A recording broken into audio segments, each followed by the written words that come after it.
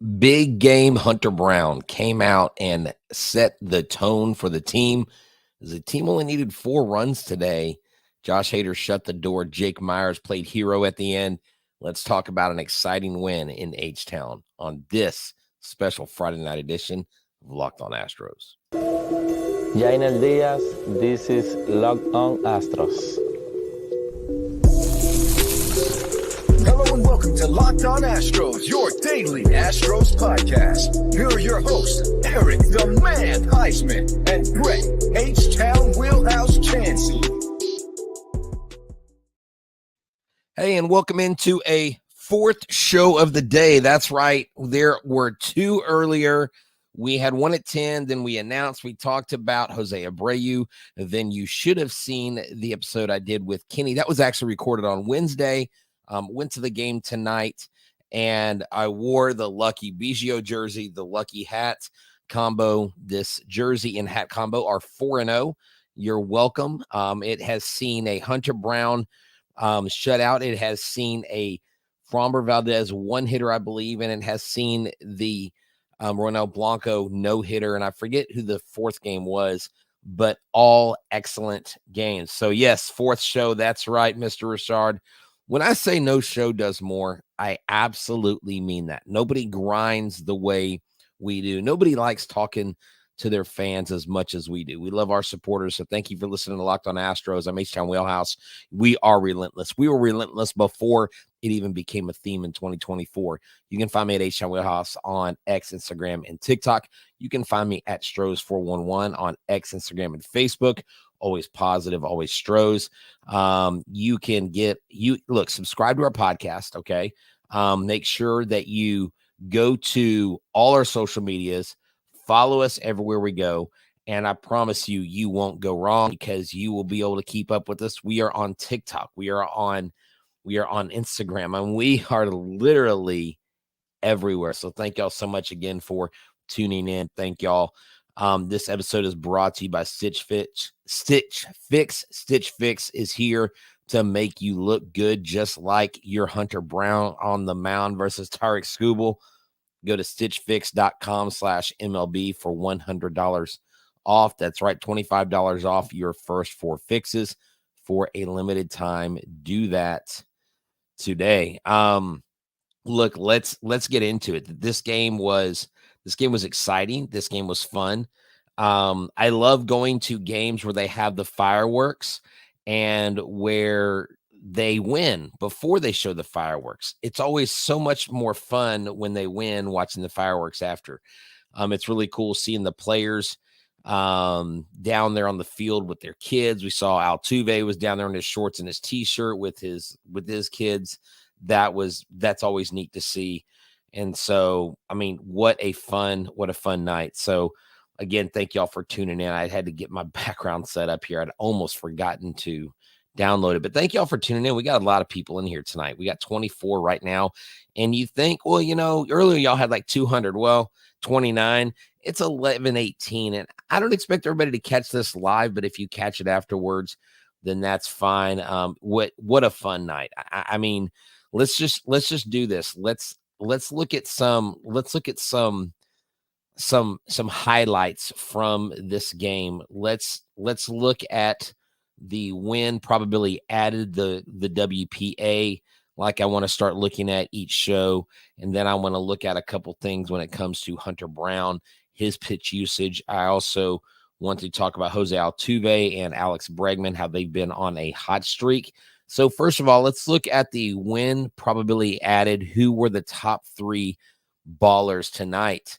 Right here, you have Hunter Brown, obviously, plus 37.6 win probability added. Jose Altuve, 17.9, his 2 for 3 night. And then you had Alex Bregman, who had that triple, 12.1 plus 12.1. And you see, look at this, Mauricio Dubon with the sweet shot into the Crawford boxes, 104.7 miles per hour off the bat. That was great to see. Look, this lineup for the Tigers, it's not super scary, but they do have guys like Riley Green who can hit the ball a mile. But let's get to Hunter Brown. Check this out. right here. Hunter Brown had 15 swings and misses. That's right. 15 swings and misses for Hunter Brown.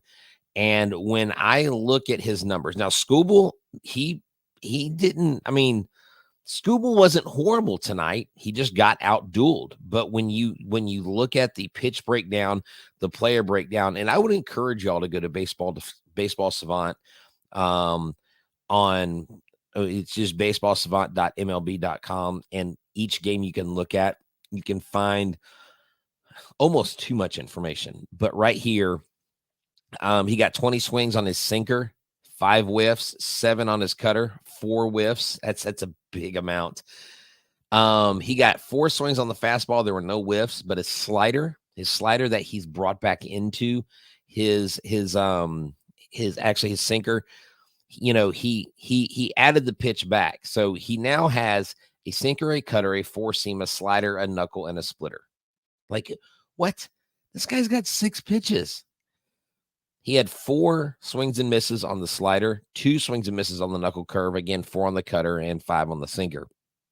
Ever since he reintroduced that pitch back into his arsenal, he has been next level. Hunter Brown, let's look at this. I grabbed some numbers from some different people. I know before the game started, I'll give Jimmy his flowers on this from Astros Future. Over his last 6 games prior to tonight's game, he had a 2.91 ERA, 34 innings pitched, 22 hits, 11 walks, and 38 strikeouts. But in his last 7 games, I compiled this. He has a 3-1 record, an ERA of 2.41, 47 strikeouts, and 7 appearances in his last 7 games of his career. He does have now 5 quality starts. I mean, that's huge. That is massive for Hunter Brown. Remember at the beginning of the year how everybody was talking about Hunter Brown is done. He's not a big game pitcher. He's terrible. He's not good. Why are y'all calling him the next Verlander? Ha! I remember being laughed in some tweets. Hey, I saw you call him Justin Verlander. And I said, no, I did not say he was Justin Verlander. I said he emulates Justin Verlander. He has the same delivery, the same leg kick, the same hop off the mound. He has worked his whole career to be like Justin Verlander. Why wouldn't you want to be? He's one of the best pitchers of all time. And so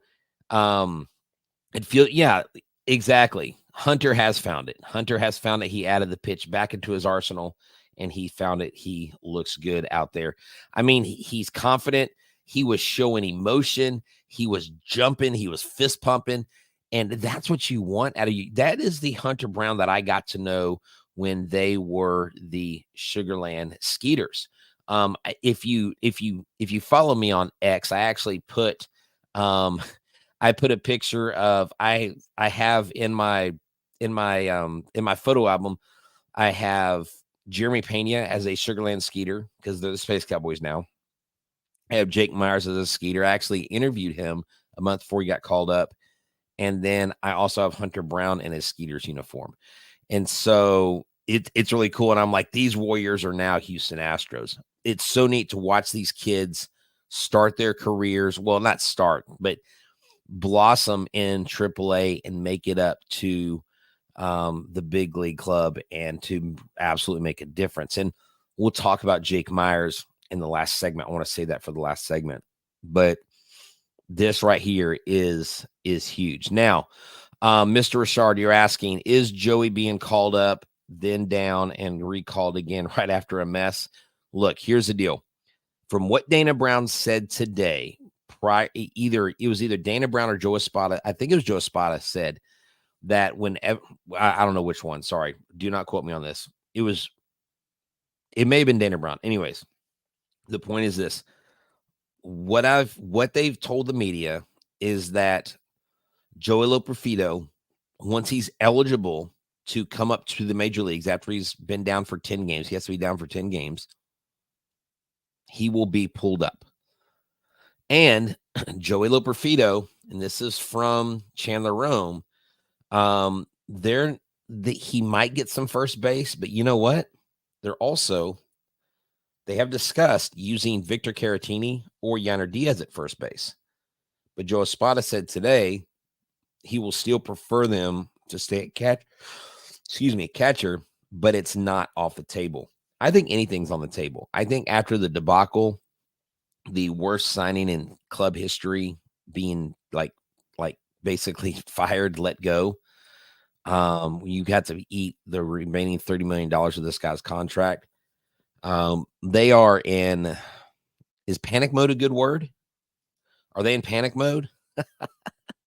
Yeah, the Rangers are losing. Yeah, they're losing. And honestly, right now, as long as the Astros win, and so if the Mariners win their series and the Astros can sweep their series, the Astros can gain and maybe go in front of the Rangers. I have to look at the standings right now because I'm not 100% sure where they stand. I just off the top of my head, I can't remember.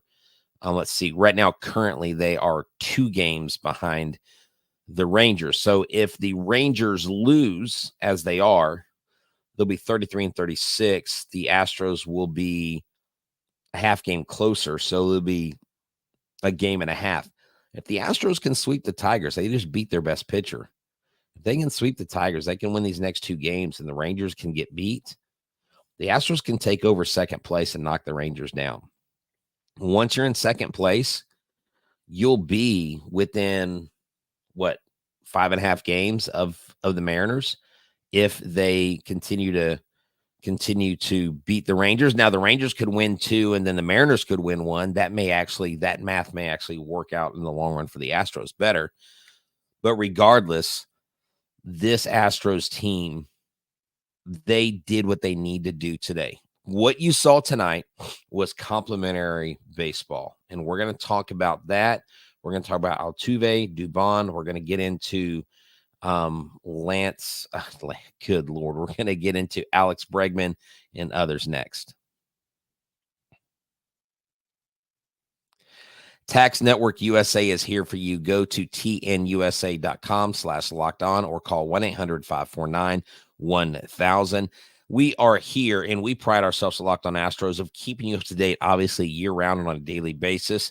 You know what else is year-round? That's right. It's collection season. Just because tax season is over does not mean that the IRS will stop coming after you for unfiled taxes. The IRS can garnish your wages, levy your bank accounts, and even seize your property. So don't let the IRS target you. Let the licensed professionals and tax experts at Tax Network USA go to bat for you.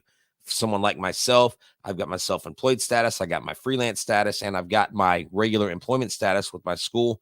I need someone with over 14 years experience and an A+ rating of the Better Business Bureau like Tax Network USA. And they have served their clients over $1 billion in tax debt. That they've saved them over $1 billion in tax debt.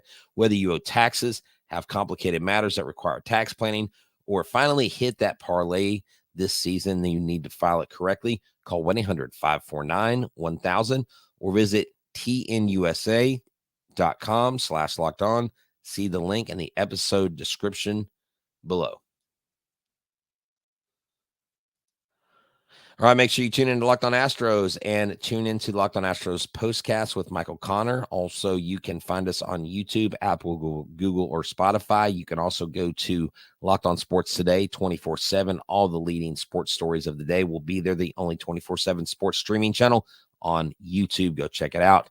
And also make sure you check out SiriusXM and type in the word Astros and listen to the local SiriusXM broadcasts. We're sparking forward, have all the great calls of all the Astros winning and trying their best to get back to the playoffs and hopefully make another World Series run.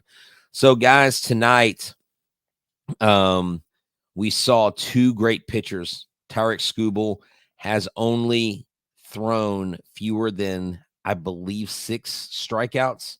Maybe he's had 4. But I don't think he's had less than 4, other than like he's only had it one other time. So he only had 2 strikeouts tonight. The Astros, I said earlier that the Houston Astros, if they can manipulate the mistakes that Tarik Skubal makes, Skubal cannot pitch perfectly every game. The last game he pitched, he had 11 strikeouts, then I think 6 and 8. And I mean, he's been on quite a tear come with strikeouts. If the Astros get 11 strikeouts tonight, they probably don't win 4-0. They might win 1-0. But Skubal is the early favorite. He's 8-2 now in the AL, but he's the early favorite for the American League Cy Young. And so I like the lineup tonight. I love Dubon in there.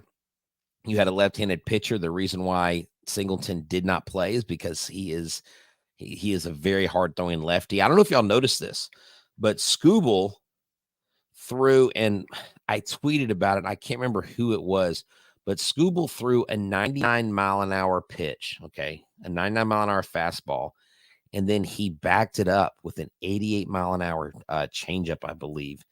It was one of the most deadly combinations that I've ever seen of anybody. And I could have sworn I tweeted about it. I can't find it right now, but it was literally, he went 99 to 88, and it was so freaking impressive. Oh yeah, right here. Yeah, he cranked it up to 99. Then he threw an 88-mile-an-hour changeup. That was 4 hours ago. I didn't even write who he was pitching to, but I tweeted about it. It was, I thought it was going to be 0-0 going into the ninth inning. But Altuve and Dubon did what they needed to do today. It was great. It was great. Oh, there you go. Stormbum said, what about Hunter Brown? Give me 44 points on So Rare. That's always a win. Yeah, I haven't checked out So Rare in a long time. It's been so rare for me playing it this year. You get it? See what I did there? Okay, good deal. It is Father's Day weekend, so I'm all about the dad jokes. But Altuve was my offensive player of the game, 2 for 3 with a run scored, 2 doubles. He had a walk and a strikeout. Then you also had Alex Bregman with a big triple, scored a run. You had Mauricio Dubon with the big home run, scoring 2 runs. So Yordan Alvarez had the RBI. He had the sacrifice fly to center field, scoring Bregman. Then look, Jake Myers was 0 for 3, but we're going to save Jake Myers for later in the show because I really want to talk about him. But you had Hunter Brown come in, 7 innings pitched, 5 hits, 9 strikeouts, no runs, no walks. And then you had Brian Abreu come in. He didn't get any strikeouts, but he didn't give up any hits or runs or walks. 12 pitches needed. That was it. And then Josh Hader comes in, 1 strikeout, 1 inning, done. Dunzo. They're done. I'll be 0 walks. All 3 pitchers, not a single walk. That is what the Astros need. If the Astros pitchers can do that, then they absolutely do have a realistic shot at getting into the wild card at worst. I just look, y'all are probably like, man, Brett, one day you're one half of the day you're completely off the bandwagon. The next half of the day, you're always positive, always Stros guy again. I'll tell you this. Oh, hey, thank you, Garrett. Yeah, thank you for saying Happy Father's Day. My son was supposed to go with me, but he had something come up, and so he told me that he would take me Sunday. But here's the catch: I have to pay for the ticket, so I'm actually taking him. So I guess that's how it works when your son is 15 and not a full-grown adult. But when he gets a job, he's going to be paying for my tickets. That's how we roll in this house. Yeah, man. Happy Father's Day to all the fathers listening. I got to meet several people, had met them before. I had met some fans that I hadn't met before tonight. So thank y'all for always stopping by, for stopping me. If you ever see me at a game, I'm never going to be like, hey, I'm with my family. I don't want to talk right now. I'm always willing to say hi to everybody. But Altuve and Dubon came up big. That was a big home run. And then I want to save this last segment, and I probably won't go the full 10 minutes or 8 minutes into this last segment, but in the last segment, I do want to talk about Jake Myers. And so here in a second, we're going to talk about, we'll talk about Jake next. This episode is brought to you by Stitch Fix. Style so good you can feel it. That's right. The instant confident boost you get when the outfit makes you look really good. Well, that's why I go to Stitch Fix. Easily upgrade your wardrobe this year with a professional stylist that helps you find new, on-trend favorites that will work for you. My stylist always sends just the right pieces, and their fit is on point. It's like They have style ESP. I don't know how they do it, but they just get me. Now, what is great about Stitch Fix is if you get something, it's probably going to fit perfectly, but you may not like how it looks when it's on you. That's okay, because shipping, returns, and exchanges are always free.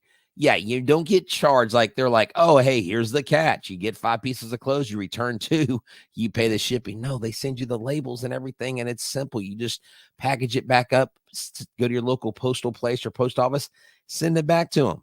Style that makes you feel good and look good. The best time to get started, stitchfix.com/MLB. Right now is $100 off, and that means $25 off your first 4 fixes for a limited time only. That's stitchfix.com/MLB for $100 off. Stitchfix.com/MLB.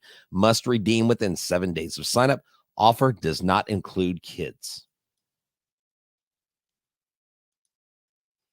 All right. Thank y'all for tuning in again.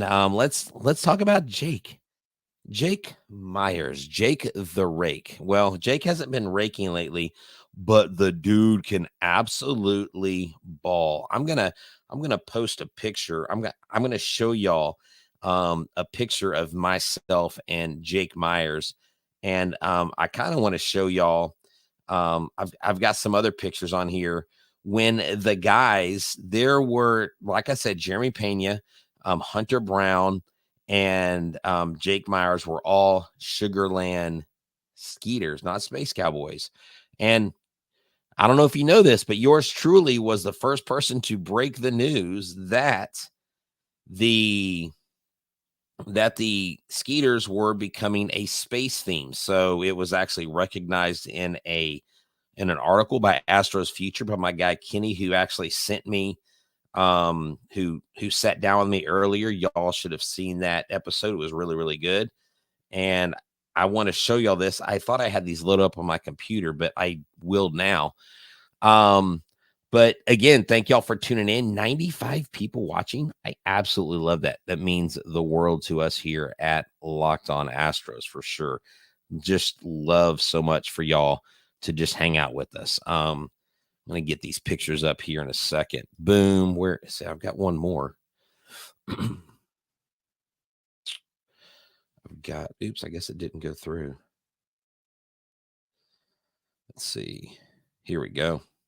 Yeah, so I remember interviewing Jake Myers. I guess it was about a month before he came up to the big leagues. And I remember not knowing much about him other than I knew that he was from Nebraska. He was swinging a hot bat. He had like 15 or 16 home runs. He was on some amazing clip at the time. And I was just like, someone's like, hey, you need to interview Jake Myers. And I'm like, okay, who's Jake Myers? I had heard his name, but really didn't know who he was. And so I got to interview Jake. It was a great joy of mine. Here is the picture of Jake and I. Well, it's not letting me do it. So here you go. Here's Jeremy Pena. And that's actually Pedro Leon, I think, right there. Jeremy Pena, look how small he was back then. He was just a little baby. Hunter Brown when he was a Sugarland Skeeter. And then here is Jake right here. Here's Jakey boy. No, look at these guys. They were all young and fresh faced, and now they're all old and still young and fresh faced. So, but look, man, this was a great. Chaz could catch it. Chaz would catch it, but it would look impossible. Yeah, I don't know if Chaz is catching that ball, man. I don't know. Chaz makes some bad routes in the outfield. But this is the second game in a row that I've been to that Jake Myers has made a catch like that. The last game I went to, he made a catch like that. It was unbelievable. And so that's right. 3 Astros GMs believed in Jake Myers for a reason. That's right, Todd. You got that correct. I mean, it was unbelievable. Who's getting the July 4th hat? I don't know. I actually like it this year. It's pretty cool. But I am on a hat-atus. I'm on a what is it? A fast. I'm on a hat fast. I'm fasting getting hats. I'm trying to get my spending under control, people. I'm trying not to break my bank here, okay? Because this economy is not getting any better. So I'm just trying to do my best. Oh, by the way, before we get to Jake Myers more, look at this. Jose Altuve, his last 8 games, 353, 12 hits, a home run, 5 RBIs, and 5 runs scored. Alex Bregman, his last 15 games, a 15-game hitting streak, 356, 21 hits, 5 home runs, 12 RBI, 13 runs scored. That's right. These two guys are killing it. But Jake Myers, when he showed the emotion, when he caught that ball, when he came down, I was like, yeah, like that's what's up. And, Josh Hader, like Dubon was like, what is up, bro? That is awesome. Like it was, the place went bananas. It felt like he saved a grand slam. Like if that home run goes over the fence, they tie the ball game and the Astros hung on to the win. It would have been, I believe, a solo shot, but still, nonetheless, it was great. It was dramatic. It was good. It was good to see the guys in the dugout after the game. You could see on Twitter how Dubon was hugging. He was hugging Jordan, and this team really cheers for each other. And I do think that the guys kind of feel bad for Jose Abreu just because they respect him so much. And I don't think anybody anticipated the drop off they had. It's so funny as this news came about on Twitter, and I wanted to kind of talk about this a little bit because I actually addressed it on my X account. There was a lot of, ooh, I told you so. See, and there was this attitude like people on social media sometimes feel like it is their job to tell you when you're wrong. What they do, I think what some of these people do is I think they sit on their phone and they wait for some news to drop or something to hit the news, like the news ticker, right? And then they go and look for people that had an opinion that is opposite of what happened. Okay. And then they're like, oh, see, you said all along you hated that guy. And look, I saw you actually loved him. And it was so dumb. And this is what I said. I said, I think it's plausible that Astros fans could have been really excited to get Abreu here. I know I was. And just as excited to hear that he was let go again. I know I was. Both can be true. And then I said, the gatekeeping on the Abreu saga sounds like helicopter parents. Everyone is so ready to make sure you were wrong. I guess it's some people's jobs. I've tried to steer clear of that. Not sure I'm perfect in that area, but it's funny, sad, and annoying. The amount of people who take a high horse approach to social media are really, really annoying. I mean, they just like, there are certain people. I know there's about 4 or 5 people, and I follow them and they follow me. But I know anytime I make a mistake or anytime I maybe say something 2 months prior and then it's something new and something shifted, they'll be like, this you like, oh, you got me, imagine me not being perfect in my knowledge of, like, who would have thought that Abreu's drop off would be this severe? He's 37. I mean, he's going to have a drop off, but he literally fell off the cliff. A lot of people were happy when we signed him. A lot of people were happy when we let him go. I think I was happy for both. So, here's the thing, Garrett. I feel bad for him in his career has seemingly ended like that. If he retires, I'm pretty sure a team will pick him up. But I don't feel bad for him in the sense that he made like $58 million in the process, dude. I mean, if I got paid $5,800 and a year and a half later failed at my teaching job, man, I'd be kind of like, that's pretty good. 58 million. No, I'm joking. I mean, look, you take pride in your work, whatever y'all do, whatever I do, whatever we do out in the real world, you take pride in it. I mean, think about something you're good at. Gosh, I don't even get out and play volleyball like I used to. But if I went out today and I tried to play 6 hours of sand volleyball like I played 10 years ago, or I tried to go in and play indoor like I played in college volleyball, I was really good at it. I couldn't do it. I mean, Father Time catches up. And yeah, exactly. Let's remember 2023 ALDS Abreu. Hey, I love that. I mean, look, yeah, Miss Scott, she was excited. There were a lot of people, and Todd the show. Look, I wanted him to succeed, of course. Like nobody wants a guy to fail, but I think at some point you have to say, "Oh my God, at what point are we going to let this continue to happen?" Now, here was an interesting tweet from Chandler Rome that I wanted to share with y'all talking about the front office. Do y'all want to hear about this? We may go a little past 31 minutes. I was going to cut it short, but no, there's too many things to discuss here, and I'm not tired right now. So listen to this. Where is his tweet? It is a tweet about it is about the three different people in the front office. Where did he talk about it? Someone retweeted it the other day. He basically had heard that during the interim period that Bill Furcus and two other guys were involved in the signing of the different they were basically, there was no mention of Bagwell's name, but it was understood that Bagwell was a part of the process.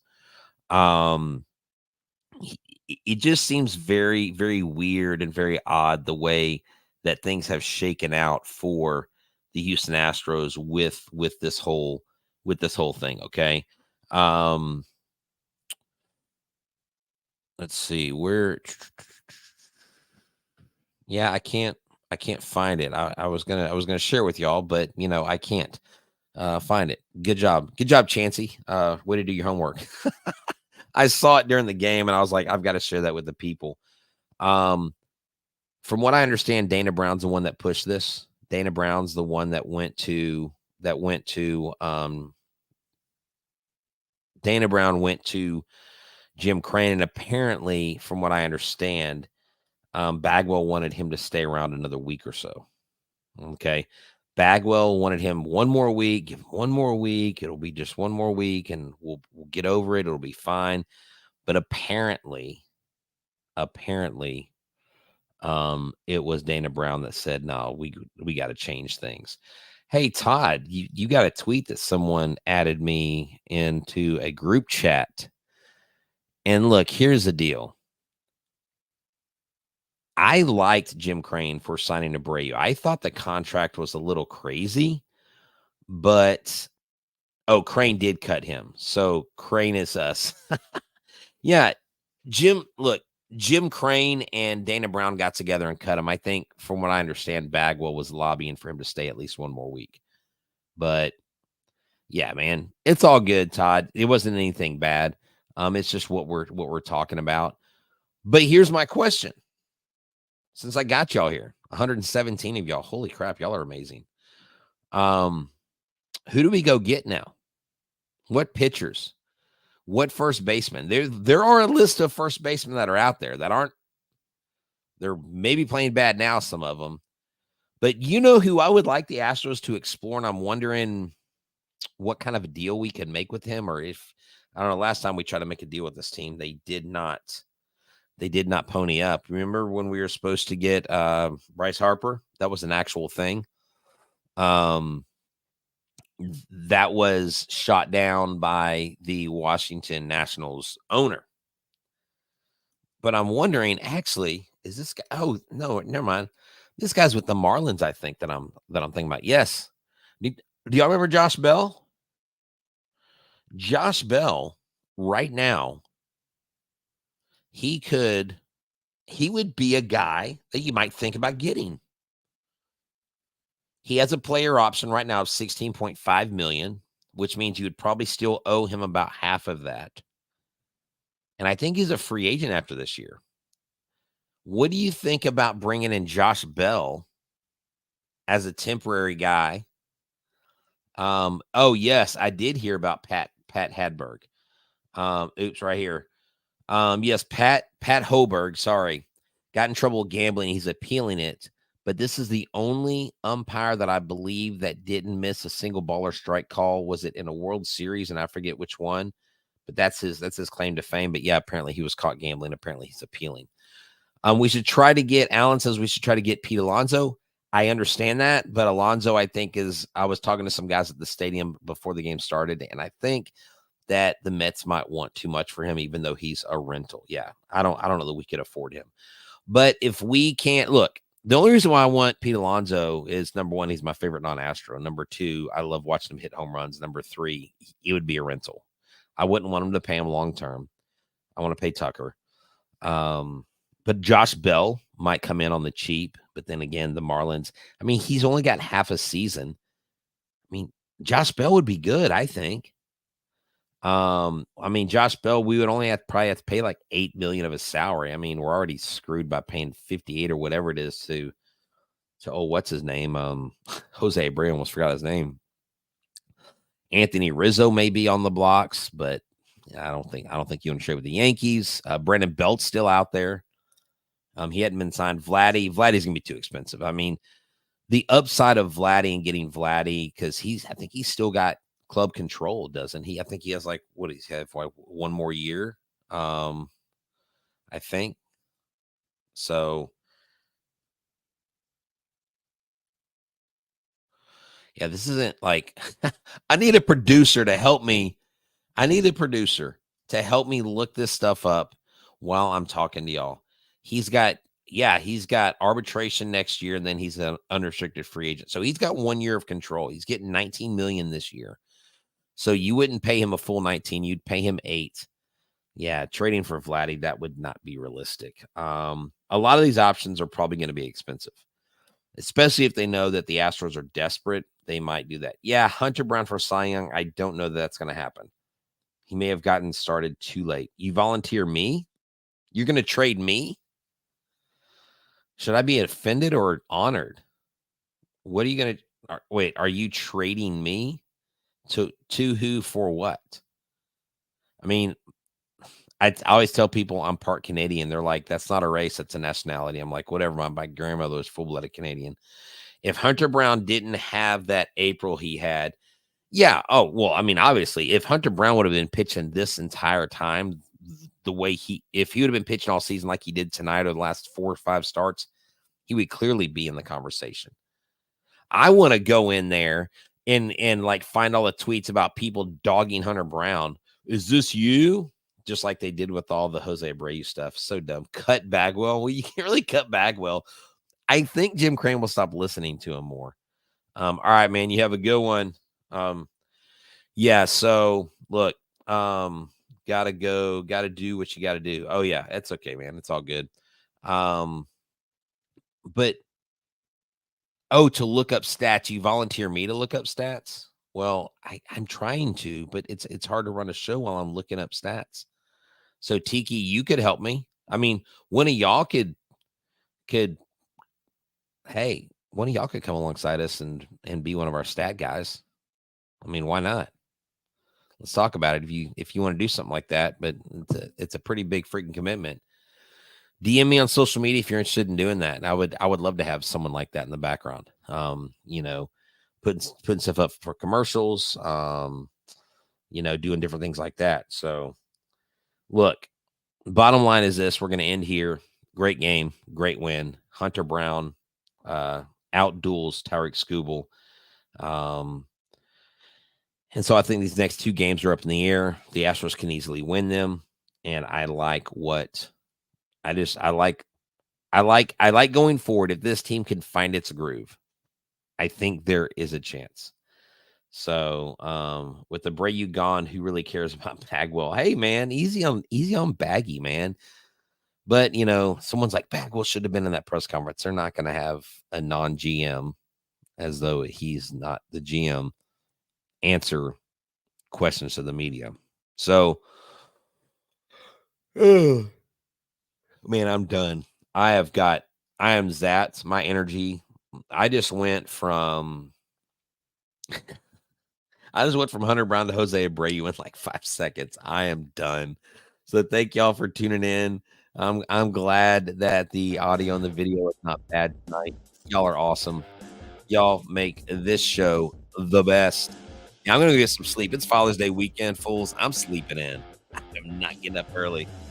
So if anybody wants breakfast in this house, they're gonna have to fix it themselves. Y'all have a good one. Oh, he's not a bad guy. Bagwell's fun. But no, you're awesome. The guy who likes turtles. I like turtles. Y'all have a good one. And for myself, for Eric the Man Heisman, who's hanging out with this family, and everybody at Locked On Astros, we are your team every single day. Go Astros.